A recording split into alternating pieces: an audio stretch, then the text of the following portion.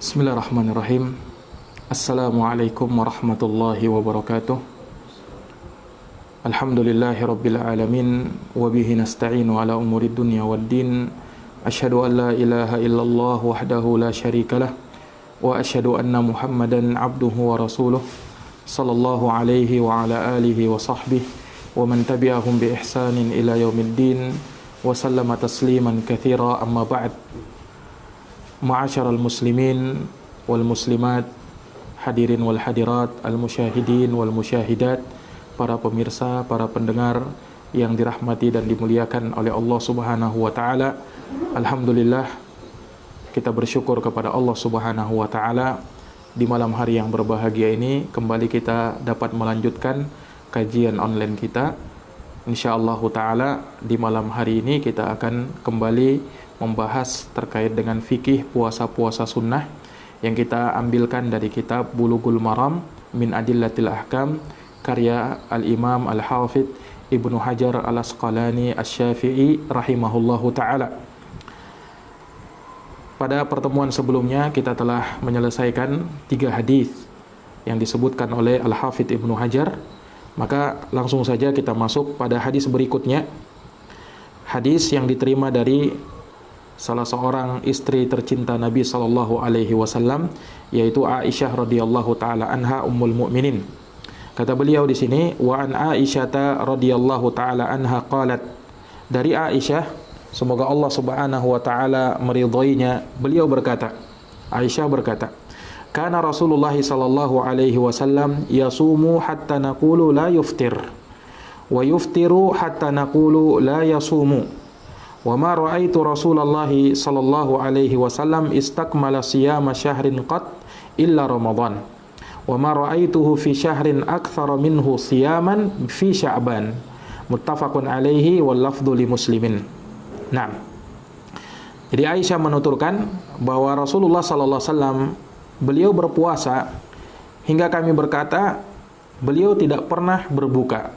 Ya, beliau tidak pernah berbuka. Dan beliau juga pernah berbuka hingga kami, maksudnya tidak berpuasa hingga kami mengatakan bahwa beliau tidak pernah puasa. Nah, wa ma ra'aitu Rasulullah SAW istakmala siyama syahrin qat illa Ramadan. Dan kata Aisyah, aku tidak pernah melihat Rasulullah SAW menyempurnakan puasa 1 bulan penuh kecuali hanya di bulan Ramadan saja. Wa ma ra'aituhu fi syahrin aktsara minhu siyaman fi Sya'ban. Dan aku tidak pernah melihat Nabi sallallahu alaihi wasallam memperbanyak puasa di suatu bulan kecuali di bulan Sya'ban saja. Nah, hadis ini muttafaqun alaihi dan lafadznya milik Imam Muslim. Baik.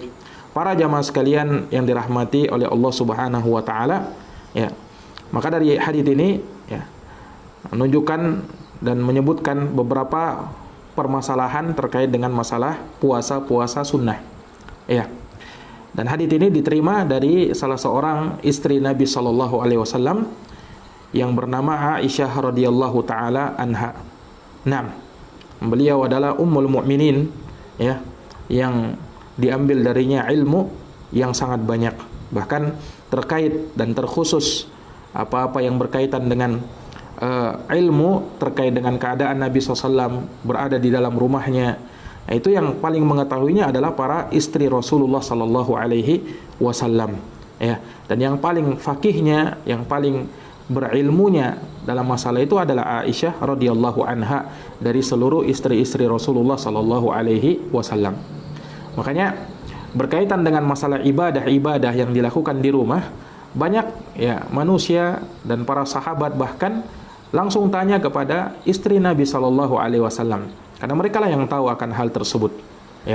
Makanya hadis tentang 3 orang yang datang ke rumah Nabi sallallahu alaihi wasallam lalu bertanya kepada sebagian istri Nabi terkait dengan ibadahnya Nabi, maka para istri Nabi pun memberitahukan bagaimana ibadahnya Nabi sallallahu alaihi wasallam ketika berada di dalam rumah. Nah, ini apa dari faidah ta'addudu zaujatin Nabi SAW, berbilangnya istri Nabi SAW, dikarenakan dengan hal tersebut mereka bisa mengamalkan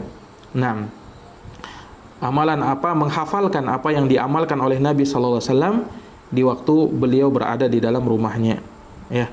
Hal tersebut tentu saja tidak dikuasai atau kurang dikuasai oleh yang lainnya dari sebahagian sahabat-sahabat yang lain.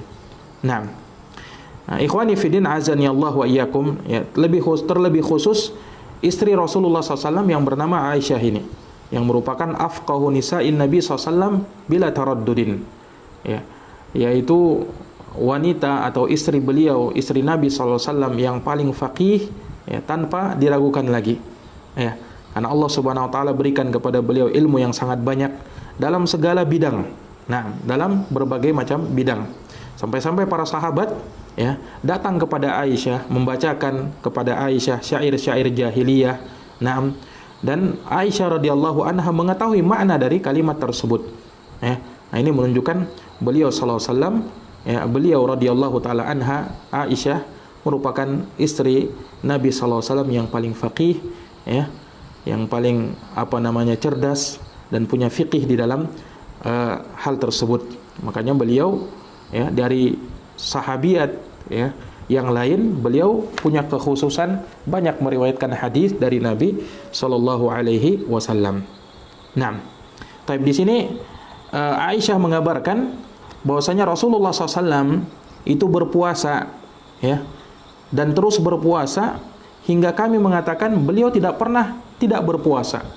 Maksudnya beliau terus berpuasa, ya, beliau terus berpuasa.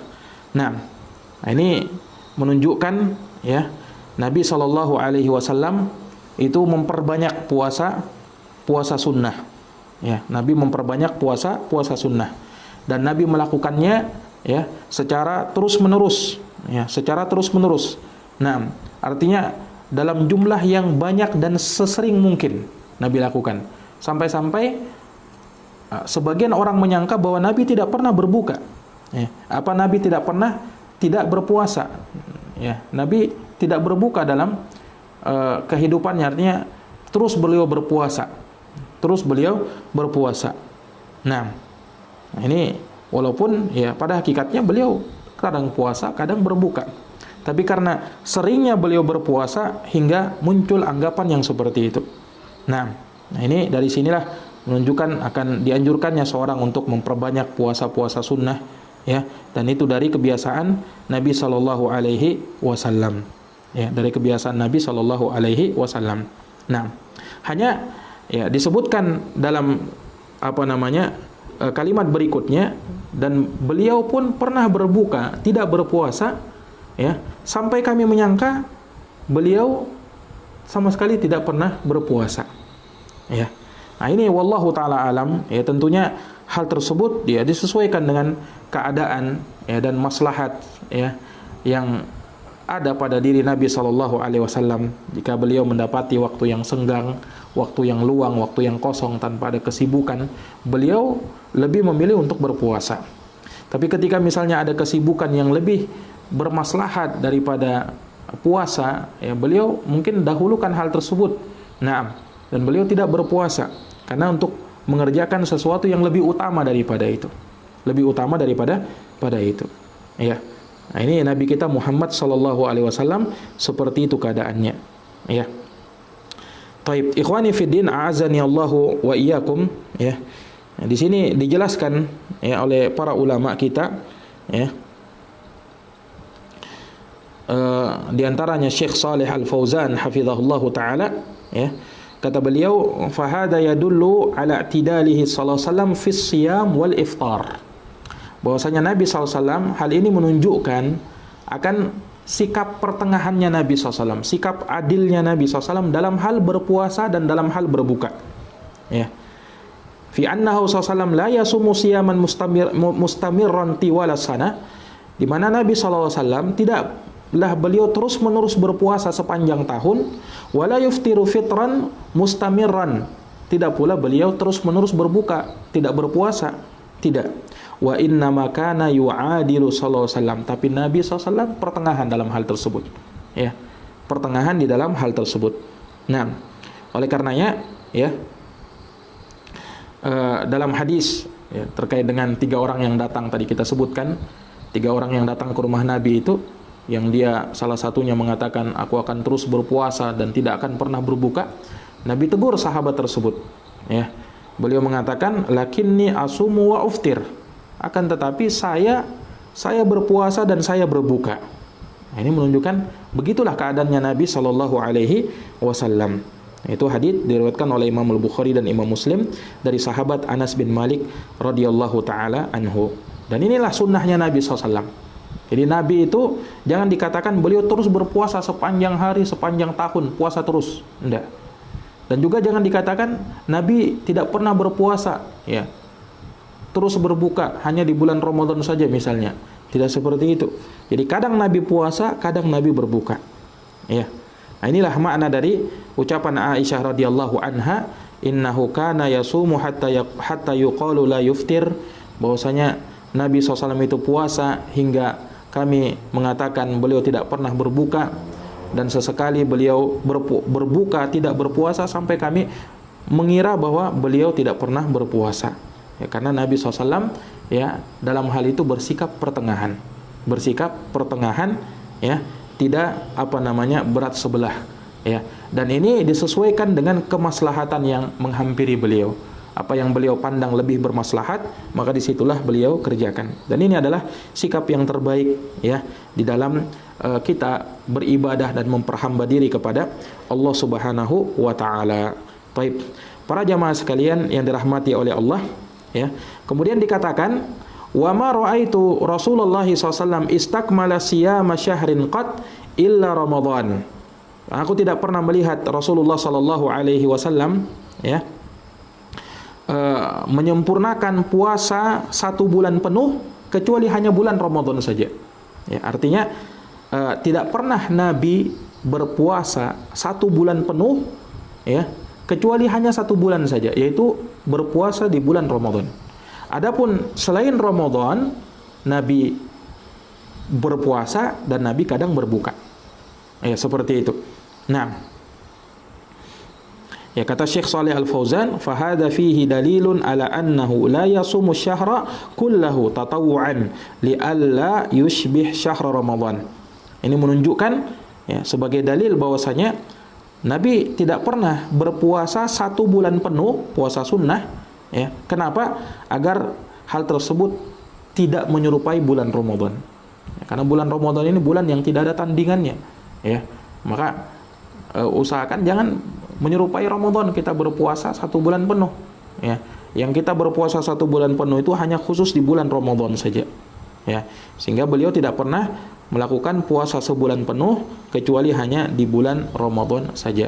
Ini dari petunjuk Nabi sallallahu alaihi wa ala alihi wa sahbihi wasallam, ya. Adapun riwayat yang menyebutkan, ya, bahwasanya Nabi SAW yasumu Sya'ban kullahu, disebutkan dengan lafaz seperti itu, Nabi yasumu Sya'ban kullahu, dan itu ada dalam riwayat Bukhari dan Muslim, ya. Nabi berpuasa Sya'ban seluruhnya, ya. Zahirnya menunjukkan bahwasanya, ya, 1 bulan penuh Nabi berpuasa, puasa Sya'ban, ya kan? Ya, sementara kalau kita lihat dalam hadits ini, Nabi tidak pernah melakukan seperti itu kecuali hanya di bulan Ramadan saja.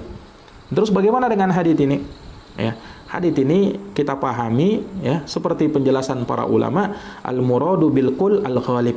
Kata Syekh Shalih Al-Utsaimin rahimahullah dalam syarah beliau terhadap hadits ini, bahwa yang dimaksud dengan hal tersebut, ya, yakni Nabi berpuasa Sya'ban seluruhnya, ai ghalibuhu, ya, kulluhu ai ghalibuhu, kebanyakan hari-harinya di bulan Sya'ban, bukan keseluruhannya, ya, bukan keseluruhannya.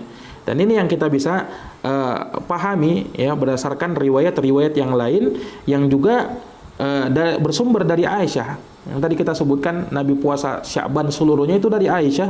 Dalam riwayat juga dari Aisyah, ya, beliau membawakan hadis, ya, tapi dengan lafaz, ya, yang berbeda. Ini Nabi SAW tidak pernah berpuasa, ya, atau kebanyakan yang beliau lakukan dari bulan Sya'ban adalah beliau berpuasa, ya. Dan juga hadits ini, Untuk mengkompromikan hal tersebut, maka yang dimaksud dengan Nabi puasa Sya'ban seluruhnya, maksudnya di kebanyakan harinya, di kebanyakan bulan Sya'ban. Dan ini sudah pernah kita jabarkan ya, terkait dengan masalah puasa Sya'ban di pertemuan sebelum ini. Nah, wallahu taala alam bissawab. Baik, ikhwani fiddin, a'azzani Allahu wa iyyakum, ya. Baik, kemudian dikatakan wa ma ra'aituhu fi syahrin aktsara minhu siyaman fi Sya'ban. Nah, ini. Dan aku tidak pernah melihat, kata Aisyah, ya, Nabi memperbanyak puasa di satu bulan kecuali di bulan Sya'ban. Jadi Nabi puasa penuh satu bulan di bulan Ramadan, ya, dan Nabi memperbanyak puasa, ya, di suatu bulan. Tidak pernah Nabi memperbanyak puasa di suatu bulan kecuali di bulan Sya'ban saja. Kecuali di bulan Sya'ban saja. Nah, ini ikhwani fiddin, azani Allahu wa iyyakum. Taib. Nah, di sini terkait dengan puasa Sya'ban, ya, terkait dengan puasa Sya'ban, ya, menunjukkan kepada kita, ya, akan disunnahkannya untuk memperbanyak puasa di bulan Sya'ban. Dan ini dari puasa-puasa sunnah, ya, yang diajarkan oleh Nabi SAW kepada kita. Alhamdulillah, telah pernah kita jelaskan dalam satu pembahasan khusus terkait dengan hukum-hukum fikih terkait puasa Sya'ban. Ya, telah kita jelaskan sebelum Ramadan, yaitu di bulan Sya'ban kemarin. Nah, ya, dan tidak ada yang sahih, ya, satupun hadis terkait dengan hikmah kenapa Nabi SAW memperbanyak puasa di bulan Sya'ban, tidak di bulan-bulan yang lainnya. Maka mengandung ihtimal, ada kemungkinan-kemungkinan. Ya, para ulama menyebutkan, ya, mungkin hal tersebut sebagai bentuk pengagungan kepada bulan Ramadan. Kenapa? Karena bulan Sya'ban itu sebelum Ramadan. Ya, maka untuk memuliakan dan mengagungkan bulan Ramadan, bulan yang mendahuluinya atau bulan yang sebelumnya, ya, itu dimuliakan juga dengan puasa. Ya. Sehingganya para ulama menyatakan puasa Sya'ban itu seperti rotibahnya bulan Ramadan, ya. Seperti rawatibnya bulan Ramadan. Sama dengan sholat, ada qobliyahnya, ada ba'diyahnya. Ramadan juga seperti itu. Ada qobliyahnya Ramadan, puasa Sya'ban. Ba'diyahnya bulan Ramadan, itulah puasa Syawal. Nah, ini ikhwani fiddin, azani Allahu wa iyyakum. Dan juga diantara hikmah juga yang disebut oleh para ulama, kenapa Nabi memperbanyak puasa di bulan Sya'ban, ya, hal tersebut sebagai bentuk latihan, ya, untuk nanti berpuasa di bulan Ramadan. Karena puasa Ramadan 1 bulan penuh, ya, maka itu butuh untuk latihan terlebih dahulu, butuh pemanasan terlebih dahulu, ya.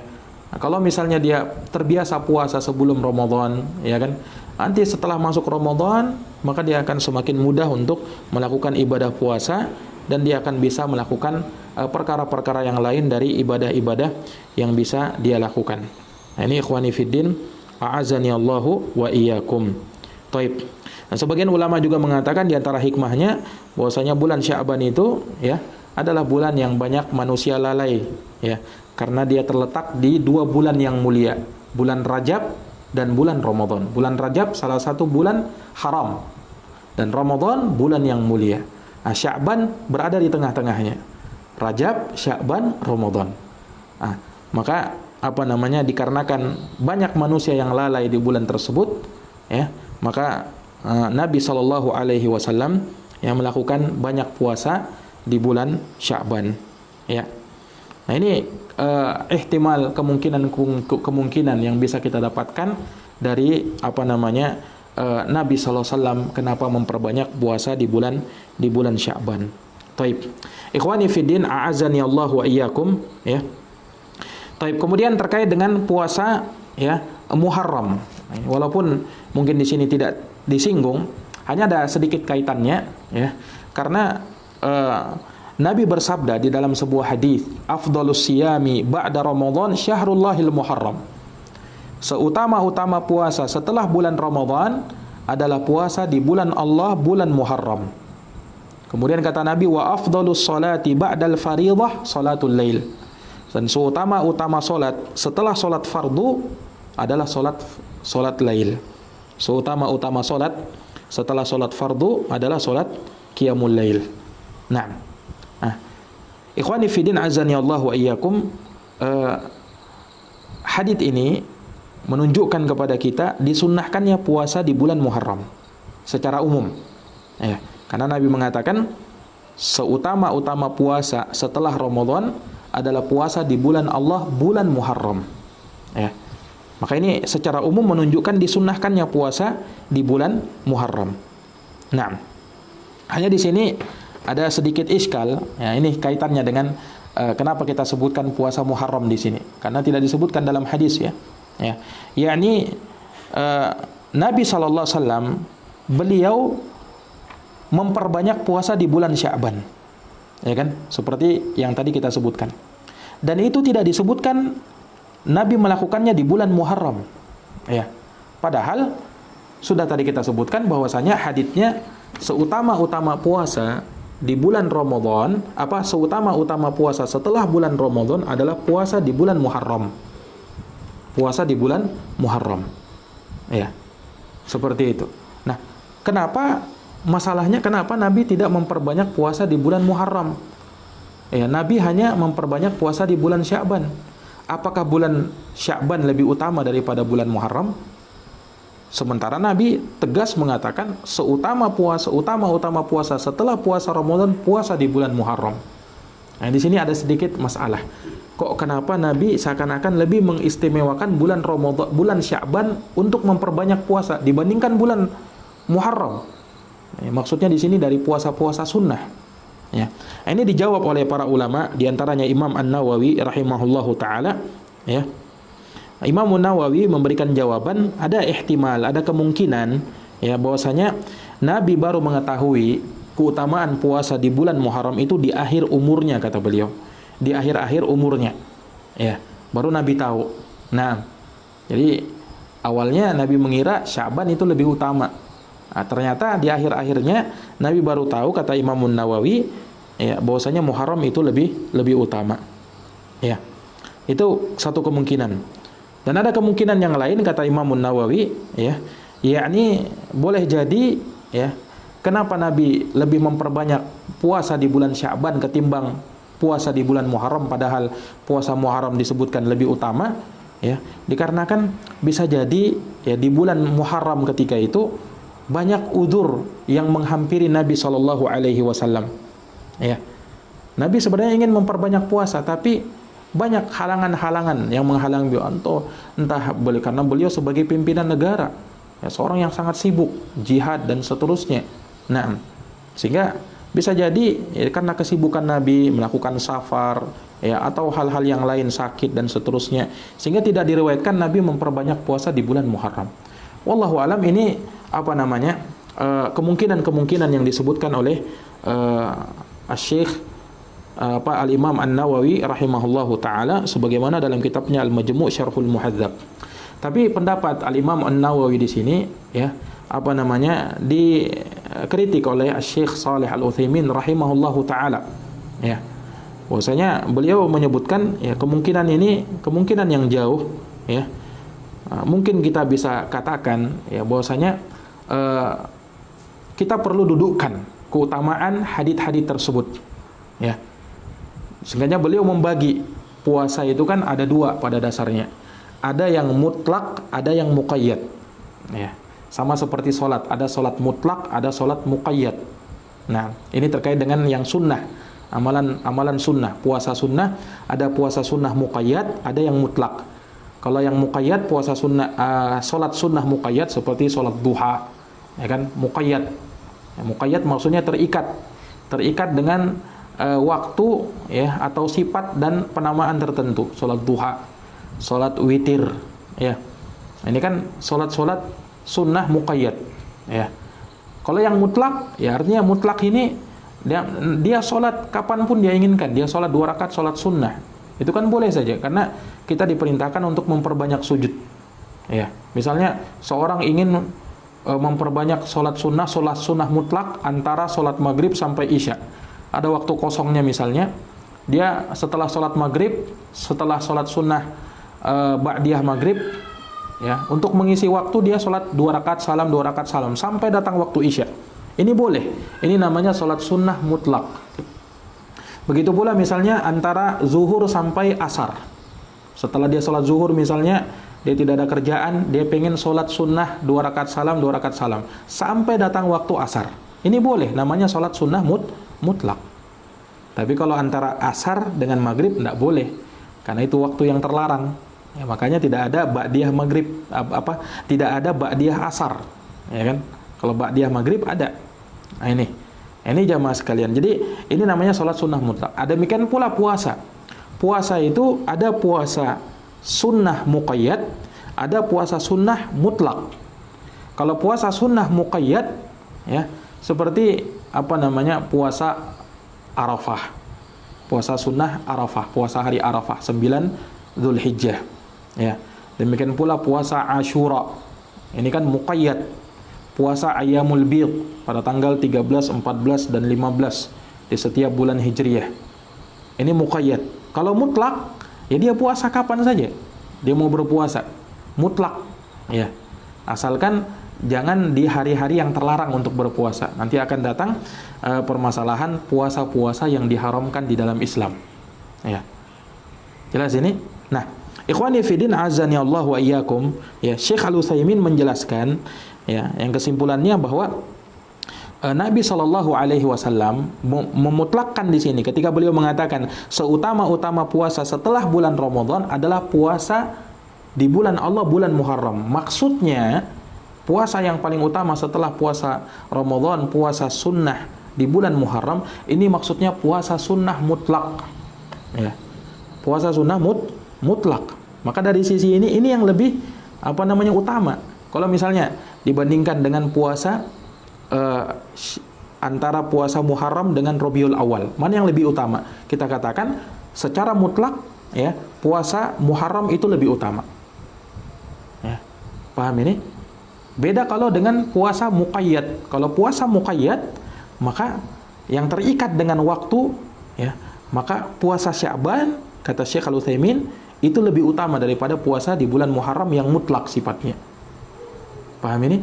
Beda kalau dia sudah muqayyad. Muqayyad misalnya puasa Asyura. Asyura kan pada tanggal 10 Muharram. Ini sudah muqayyad. Ya, bisa saja kita katakan dia lebih utama, ya kan? Karena dia mutlak dan disebutkan keutamaannya. Nah, disebutkan keutamaannya. Ya, dia muqayyad. Nah, tapi kalau mutlak, yang muqayyad lebih utama daripada mutlak. Sementara puasa Sya'ban itu muqayyad kata beliau. Maka dia lebih diutamakan daripada puasa sunnah mutlak di bulan Muharram. Ini jawaban Syekh Al-Utsaimin rahimahullah sebagaimana dalam kitab beliau Fathul Jalali wal Ikram. Ya, wallahu taala alam bis-shawab. Nah, ikhwani fiddin a'azani Allah wa iyyakum, ya. Dari keterangan-keterangan ini Syekh Al-Utsaimin rahimahullahu taala menyebutkan beberapa faidah. Ya. Kata beliau, faidah yang pertama yang kita bisa petik bahwa Nabi sallallahu alaihi wasallam ya, beliau meragamkan ibadah-ibadahnya ya, sesuai dengan maslahat ya yang menghampiri beliau. Ini Nabi SAW seperti itu.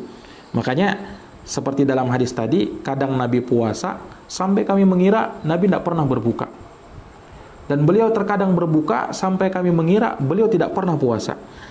Bukan Nabi SAW condong kepada satu keadaan ya, berpuasa terus tanpa berbuka atau berbuka terus tanpa berpuasa, tidak.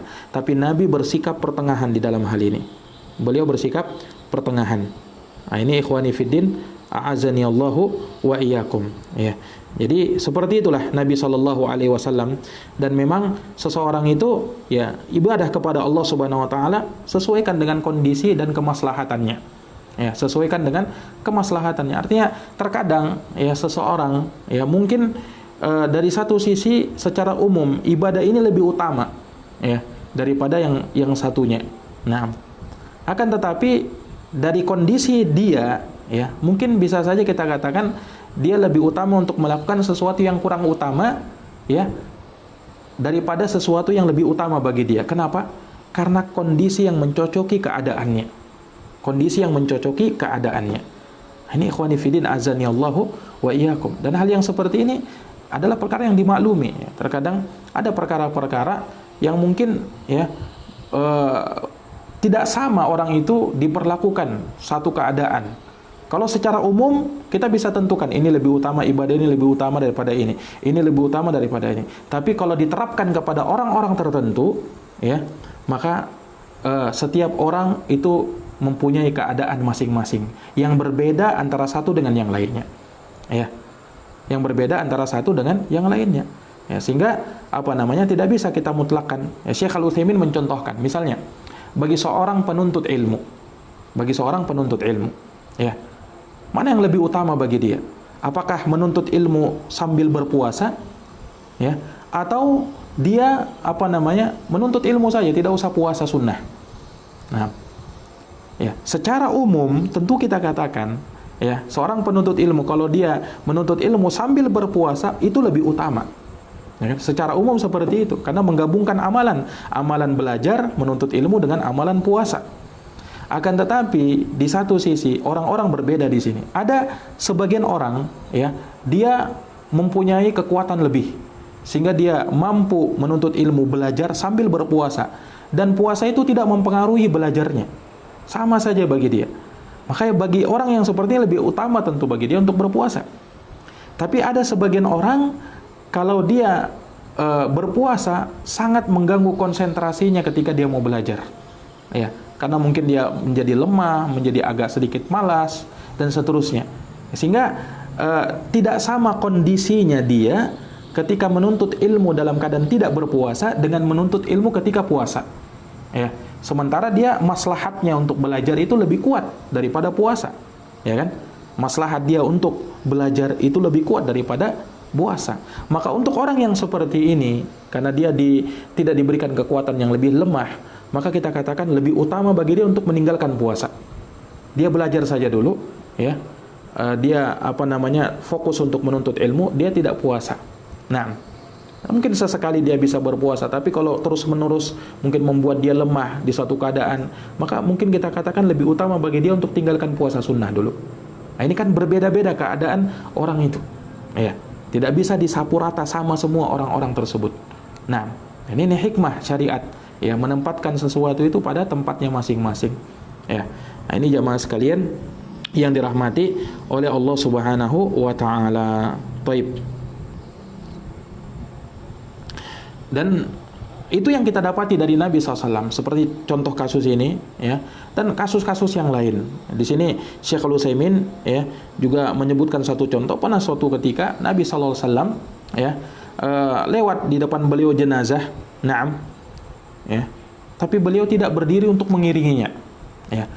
Padahal Nabi SAW tentunya sudah menyebutkan, ya, keutamaan orang yang mengikuti jenazah, ya, mengurus jenazah, mendapatkan 1 qirat, mendapatkan 2 qirat, ya kan?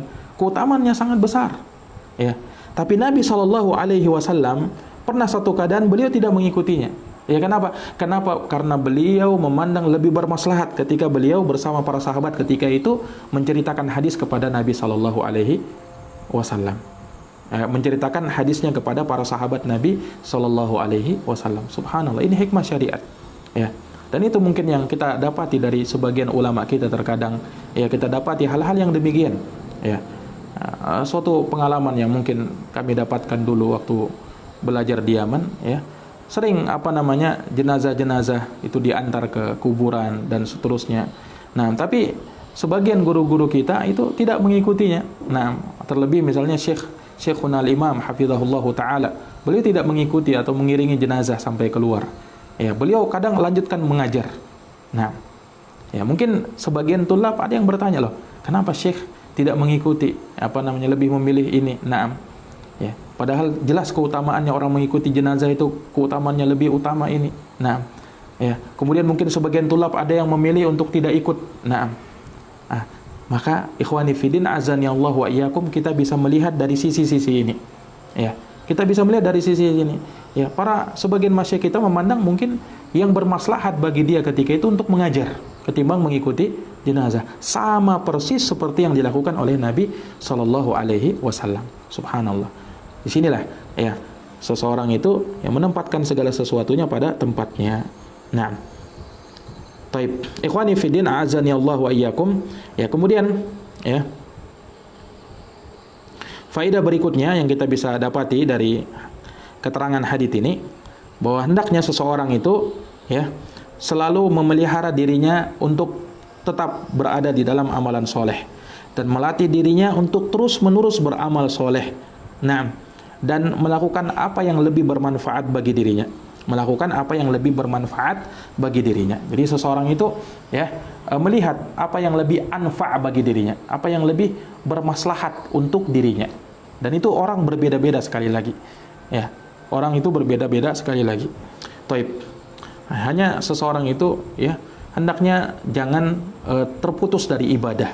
Ya, mungkin dia jemu untuk melakukan satu ibadah. Ya, ibadah ini dari ibadah-ibadah sunnah tentu saja. Ya, dia berpindah kepada ibadah yang lain yang mungkin lebih bermanfaat, lebih bermaslahat bagi dirinya. Itu dari hal yang lebih utama. Nah, taib. Kemudian faedah berikutnya, annahu la yusannu lil insani ayyasuma syahran kamilan qat illa ramadan fayasumu kullahu fardhan. Bahwa tidaklah disunahkan bagi seorang untuk berpuasa 1 bulan penuh kecuali hanya di bulan Ramadan saja. Ya. Kecuali hanya di bulan Ramadan saja. Nah, adapun di bulan-bulan yang lainnya, walaupun seseorang misalnya punya kekuatan yang lebih, ya, maka kita katakan misalnya dia ingin puasa sunnah mutlak misalnya, ya, maka kita katakan sebaiknya wa khairal huda huda Muhammadin sallallahu alaihi wasallam, sebaik-baik petunjuk-petunjuknya Nabi. Nabi tidak pernah melakukan puasa sunnah ya 1 bulan penuh kecuali hanya di bulan Ramadan saja. Nah, ini jamaah sekalian, ikhwani fiddin, a'azani Allahu wa iyyakum. Taib. Kemudian berikutnya, annahu yanbaghi lil insan ayukthira siyam fi Sya'ban. Ini jelas faedahnya, hendaknya seorang itu memperbanyak puasa di bulan Sya'ban. Ya. Kecuali ya sedikit dari hari-harinya yang beliau tidak berpuasa, ya. Maka seperti itu juga, ya.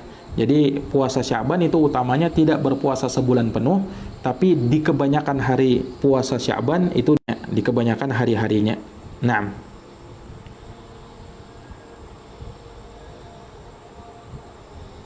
Taib. Kemudian faedah yang berikutnya, ya, secara umum dalam hadits ini terdapat keutamaan berpuasa. Karena Nabi SAW ya di dalam hadits ini memperbanyak puasa. Ya, sampai dikatakan beliau tidak pernah berbuka karena terlalu seringnya berpuasa. Nah, di sini jawab. Taib. Assalamualaikum. Ketika seseorang mendapati sholat isya tapi dia belum melaksanakan sholat maghrib, tapi dia mengikuti jamaah, setelah rakaat ketiga dia tidak berdiri, Ustaz. Apakah itu ada dalil? Nah, iya. Jadi kalau seorang misalnya dia tidak karena uzur, ya, karena dia ada dapat uzur, dia tidak mengerjakan sholat maghrib, belum sempat mengerjakan sholat maghrib. Nah, dia dapati orang-orang sudah mengerjakan sholat isya. Ya, sementara seseorang itu ketika mengerjakan sholat, ya, dia mesti kerjakan secara tertib. Ya, tidak boleh dia dahulukan isya dulu baru maghrib, tapi hendaknya maghrib dulu baru sholat isya. Nah, itu petunjuk Nabi SAW. Pernah dalam satu riwayat, ya, Nabi pernah disebutkan oleh orang-orang musyrikin, orang-orang kafir, ya, karena perang melawan mereka, sehingga Nabi tidak sempat menjalankan sholat asar kecuali di waktu maghrib, ya, kecuali di waktu maghrib. Nah, dikarenakan sibuknya Nabi SAW dalam peperangannya, ya, maka disebutkan Nabi ketika itu sholat asarnya di waktu maghrib. Nah, Nabi sholat asar dulu baru sholat maghrib, asar dulu baru maghrib. Nah, ini menunjukkan kepada kita sholat itu, misalnya kita ingin qadha sholatnya, maka kerjakanlah secara tertib. Nah, sama kejadian tadi, ketika misalnya dia dapati orang sholat isya, sementara dia belum sholat maghrib, maka yang mesti dia lakukan sholat maghrib terlebih dahulu, baru isya. Jangan dia isya dulu, baru setelah sholat isya, baru dia qadha sholat maghribnya, ya, baru dia lakukan sholat maghrib. Nah, itu keliru, ya, dia sholat maghrib dulu, baru sholat isya.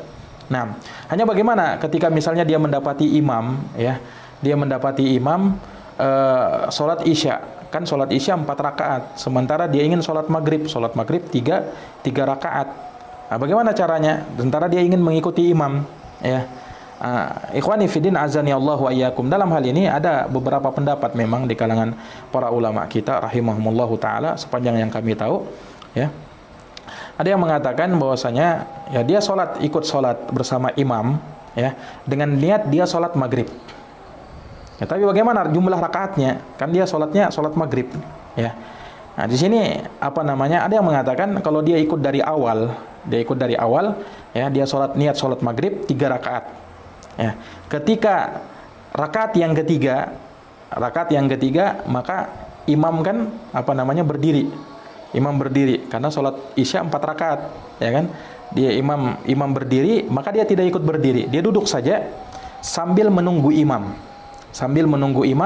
Nanti ketika imam sudah rakaat keempat, baru dia ikut di situ tasyahudnya, ya. Artinya dia tidak ikut salam. Di rakaat ketiga dia duduk saja sambil menunggu imam, duduk di rakaat terakhir. Ketika imam salam, maka dia pun ikut salam. Begitu caranya. Ada juga yang menyebutkan dia tunggu saja imam di rakaat kedua. Jadi dia tidak ikut bersama imam di rakaat yang pertama. Jadi dia ikut tunggu rakaat kedua, ya. Di rakaat kedua dia ikut bersama imam. Kalau dia ikut imam di rakaat kedua, berarti sholatnya sama pas dengan imam 3 rakaat, ya kan? 3 rakaat, seperti itu. Nah, ini wallahu taala alam, ya. Kita bisa lakukan yang seperti itu, ya. Naam. Dan ada juga yang menyebutkan seperti ini. Ya, kalau misalnya dia sholat 3 rakaat, ya kan, bersama imam yang sholat isya 4 rakaat. Ketika imam bangkit di rakaat ketiga, bangkit ke rakaat keempat, ya, dari rakaat ketiga mau rakaat keempat, dia salam sendiri. Pas rakaat ketiga, ya kan, karena itu sholat maghrib 3 rakaat, ya, dia tasyahud, dia salam, assalamualaikum warahmatullah. Imam bangkit rakaat keempat, maka dia ikut imam dengan niat dia sholat isya di situ. Dia niat sholat isya di situ. Nah, maka dia niat sholat isya. Ketika imam salam, maka kan dia cuman baru dapat 1 rakaat.